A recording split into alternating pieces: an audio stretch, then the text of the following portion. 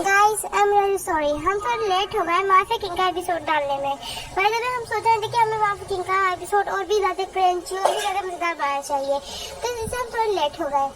आपको बहुत मजा आने वाला है इस एपिसोड में, तो बिना किसी देरी के स्टार्ट करते हैं। Let's go.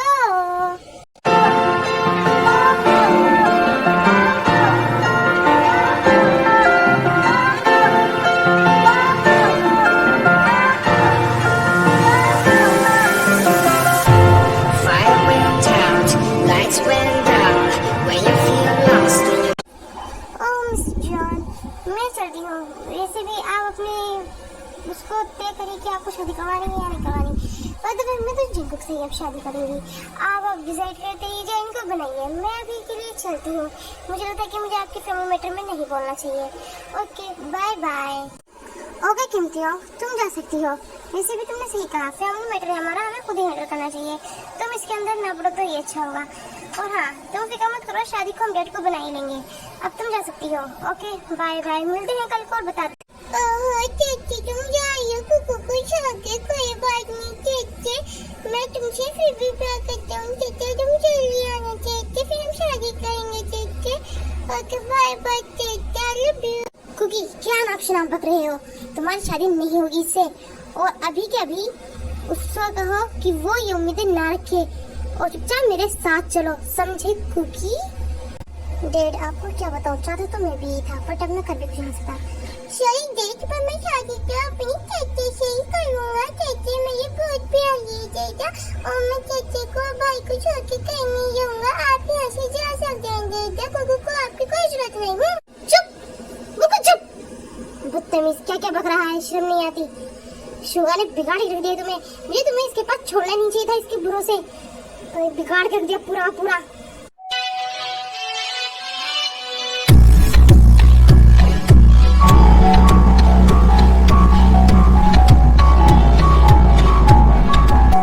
उस बुड्ढे की इतनी हिम्मत, उसने माफिया क्वीन के होने वाली माफिया किंग पे आवाज ऊंची करी। सुनो बॉडीगार्ड्स, उसको उठा के लाओ, किडनैप कर लो उसको। बुड्ढा यहाँ से बाहर जाना नहीं चाहिए। वो साउथ कोरिया से अगर बाहर गया तो तुम सब फिनिश हो जाओगे। ये माफिया क्वीन है। और सुनो, मैंने सुना था कि हमारे यहाँ कोई जेके नाम का, लेकिन हमारे अंडर पे कोई जेके नाम का शख्स काम करता है और वो बहुत पावरफुल है। उससे कहो वो ही उसे किडनैप करे तो बेहतर रहेगा। यस मैम, मैं जेके को जानता हूँ, मैं उसके अंडर ही काम करता हूँ। वो हमारे बॉस है और वो बहुत ही ज्यादा वो है शक्तिशाली एंड पावरफुल। फिलिक्स, मुझसे ज्यादा तो कोई भी शक्तिशाली और पावरफुल नहीं है। और आई बात जेके की, तो मैं उसे यूँ करेगी कि मैं छोटे मोटे काम नहीं करती, क्योंकि मैं करती हूँ तो डायरेक्टली बड़े बड़े मिशन करती हूँ। और हाँ, कह देना अपने जेके से कि ये मिशन बहुत इम्पोर्टेंट है, क्योंकि ये माफिया किंग से जुड़ा हुआ है। यस मैम, हम आपकी हर एक बात समझते हैं। आप ज्यादा पावरफुल और शक्तिशाली तो कोई और हो ही नहीं सकता। हम जगह को बुला लेते हैं, आप यहाँ से जा सकती है मैम, क्योंकि आपकी सिक्योरिटी हमारे लिए सबसे पहले आती है। ओके फिलिक्स, मैं चलती हूँ और उसे यहाँ से बता देना कि ये केस पूरे का पूरा और मिशन होने वाले माफिया किंग से जुड़ा हुआ है, तो समझ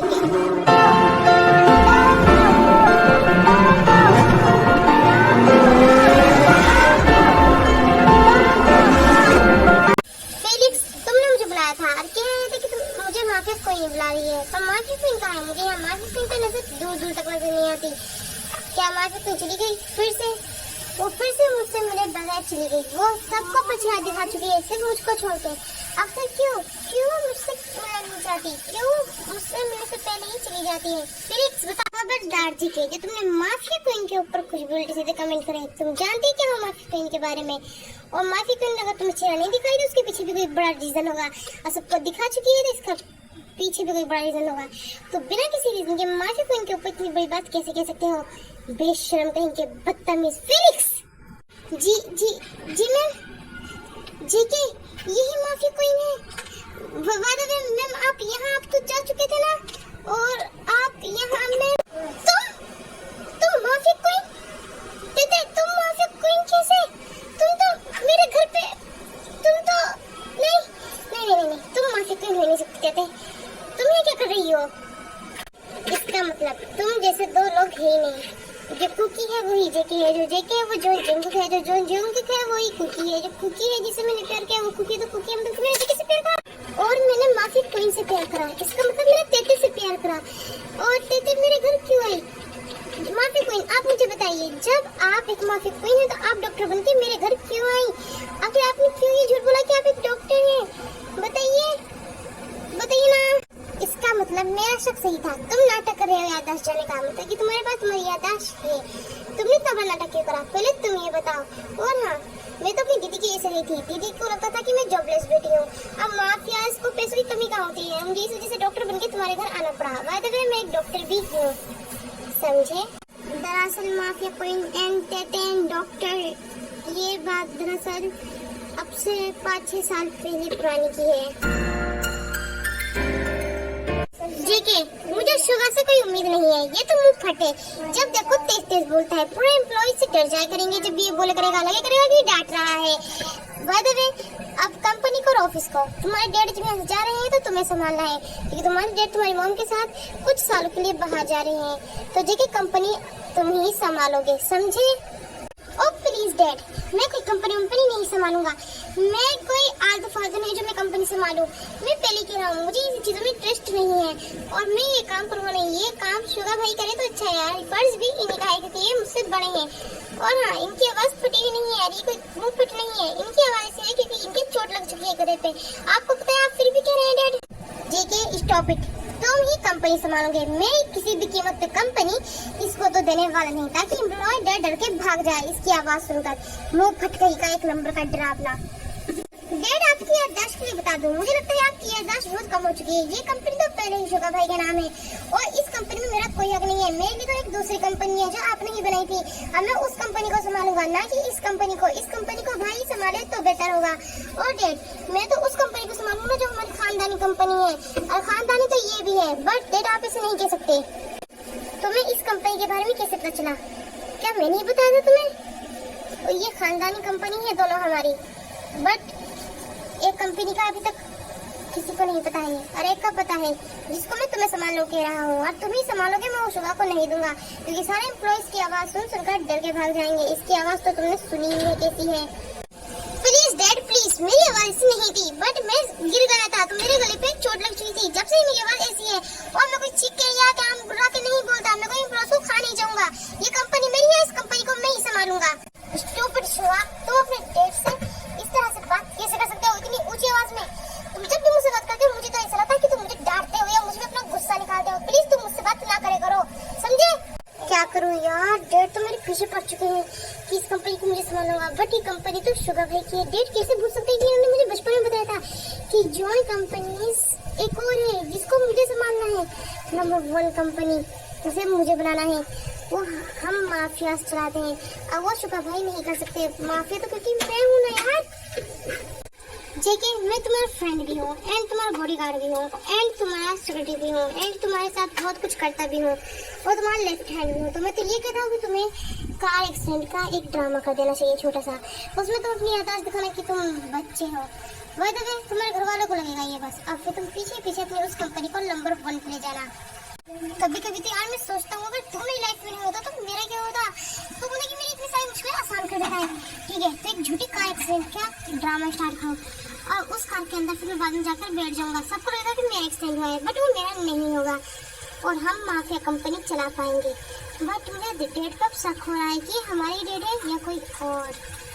शक तो मुझे भी होता है अंकल को, कभी कभार मैंने देखा है कि ये अंकल ऐसे नहीं थे, अंकल बहुत स्वीट एंड लवली थे और उन्हें माफिया कंपनी के बारे में सब कुछ पता, वो हमसे बात भी करा करते थे। उन्होंने हमें बताया था कि इनके यहाँ बस छोटे बेटे माफिया कंपनी संभालते हैं, बड़े बेटे ये कंपनी संभालते हैं, चाहे कितने भी बीमार क्यों ना हो।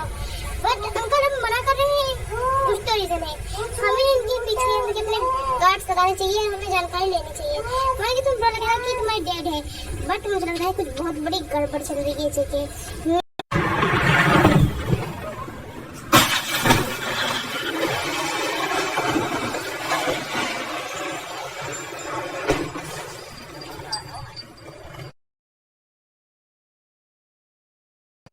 ये सब हुआ है मेरे साथ तेते एंड माफी क्वीन, और जब से मैं बन चुका हूँ मैं कुकू चाची तुम कुकू से प्यार करती हो ना, चाची तुम कुकू से शादी करोगे ना चाची, कुकू चाचा से बात करेगा चाची। ओह नो, दिन में कुकी भाई के सामने कुकी, घर वालों के सामने कुकी और सबके पीछे जेके माफिया, एक माफिया कंपनी संभालना। वाह इतना इंटरेस्ट है, वाह मुझे तो ये बहुत अच्छा लगा। अब तो मैं तुमसे पक्का शादी करूंगी। मेरा तो प्यार था ही, पर अब प्यार मेरा और स्ट्रॉन्ग हो गया ये सब कुछ जानकर, समझे? ओके चाची कुकू तुम यही शादी करेगा चाची, पर चाचा पहले मेरे डेट के बारे में ये जानना पड़ेगा कि ये क्या है, डेट आके इसे क्यों कर रहे थे।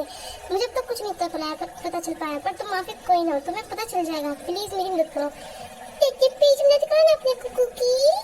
ओके अब माफिया क्वीन खुद पता लगाएगी कि आगे तुम्हारे डेट का फंडा क्या है, फंडे में अंडा या अंडे में फंडा, लोचा क्या है आखिर। ओके तुम टेंशन फ्री हो जाओ। ओह चाचा थैंक यू सो मच, तुमने मेरी इतनी बड़ी प्रॉब्लम सॉल्व कर दी। थैंक यू चाचा, कुकू दिल से थैंक यू देता है और जेके भी तुम्हें दिल से थैंक यू देता है माफिया क्वीन।